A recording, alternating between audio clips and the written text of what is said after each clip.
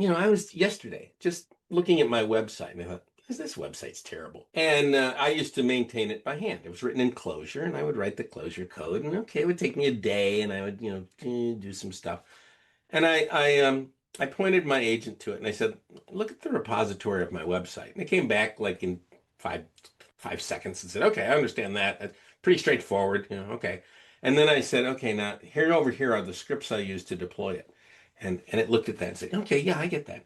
All right. What I want you to do now is get a thumbnail of all the books I've ever published and put them in a grid on my website. Okay, I'll do that. And just and then it deployed it, and it's up on my screen. And all of a sudden, I'm in this mode that I'm very, very used to, but not on a website, not on my website, which is looking at the website. I don't like that.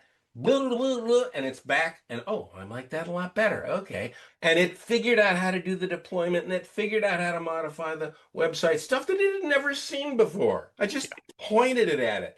And the power of that is just so enormous. Why in the world would anybody want to bog that down by staring at syntax?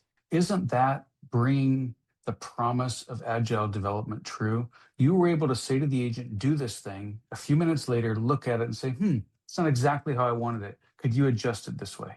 Absolutely.